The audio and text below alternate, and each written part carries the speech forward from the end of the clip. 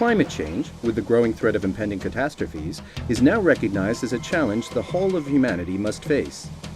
The situation is particularly alarming for populations that are already living precariously. In Africa, where many depend on their crops to survive, farmers are at the mercy of the skies. Climate change results in flash floods and extreme droughts which threaten agricultural output, livestock raising, food security, biodiversity, and disease control. By 2020, decreasing rainfall levels in the Sahel could cut agricultural production by half. Meanwhile, population levels are constantly rising.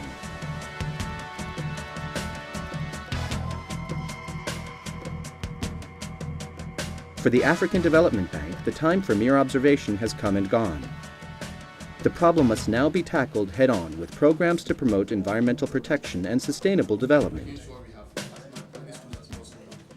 The bank is now focused on climate-proofing all of our projects. In other words, systematically assessing them for their vulnerability to changes in weather patterns and to ensure that they're adapted accordingly. This strategy also works to strengthen countries' policies, legislation, and regulations. The goal is to help protect national and shared natural resources. The bank's action plan up to 2015 highlights climate change as a major danger for the continent. To face the challenge, the institution has drawn up a climate risk management and adaptation strategy as well as a clean energy investment framework. Both are designed to ensure that all of the bank's investments address concerns for the climate and promote empowerment of regional member countries, RMCs. The aim is to minimize risks associated with climate change by optimizing investments in terms of cost and effectiveness. The action plan coordinates the implementation of priority projects that have been identified by the member states.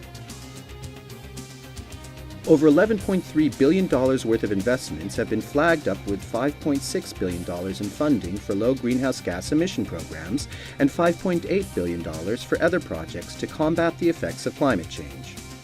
The main objective is to respond to specific requirements from certain African regions concerning the maintenance and development of agriculture, campaigns to alleviate environmental problems, or the management of natural resources.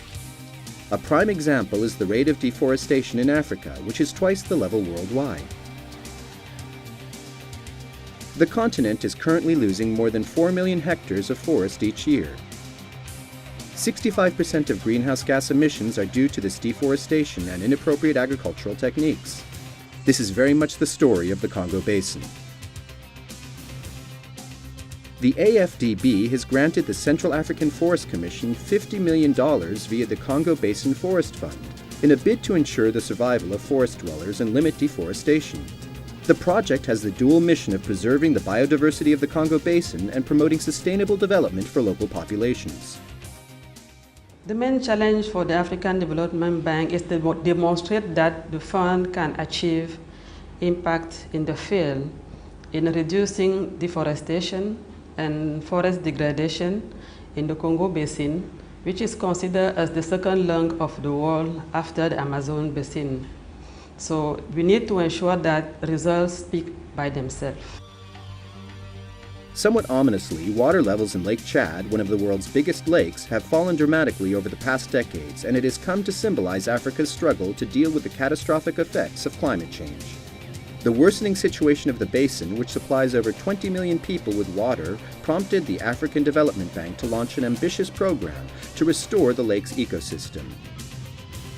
Around 8,000 hectares of land are to be claimed back from advancing dunes and used for farming, while a further 27,000 hectares will be protected from damage by erosion. The bank's mandate is sustainable development, as you know. So what the bank has done is it has committed $95 million to improve the ecosystem's productivity. And it's doing this through three components. The first is that it's going to finance the protection of the Lake Chad Basin itself. And then the second is going to try to adapt production systems to climate change within the ecosystem. And the third is that it's going to try to improve the institutional capacities of the various institutions that operate within particularly the Lake Chad Basin Commission. Upheavals caused by climate change mean tough decisions must sometimes be taken by the people facing the consequences of drought. This is the case in Niger's Niamey region, where vast amounts have been invested to tackle the problem. One such project is the planned Kandaji Dam. Quand nous, on était jeunes, il n'y avait pas l'ensablement. When we were young, the river was not silted up. Le lit du fleuve est ensablé. Pourquoi? Now the riverbed is full of sand because of erosion by water and wind. Hydrique et éolienne.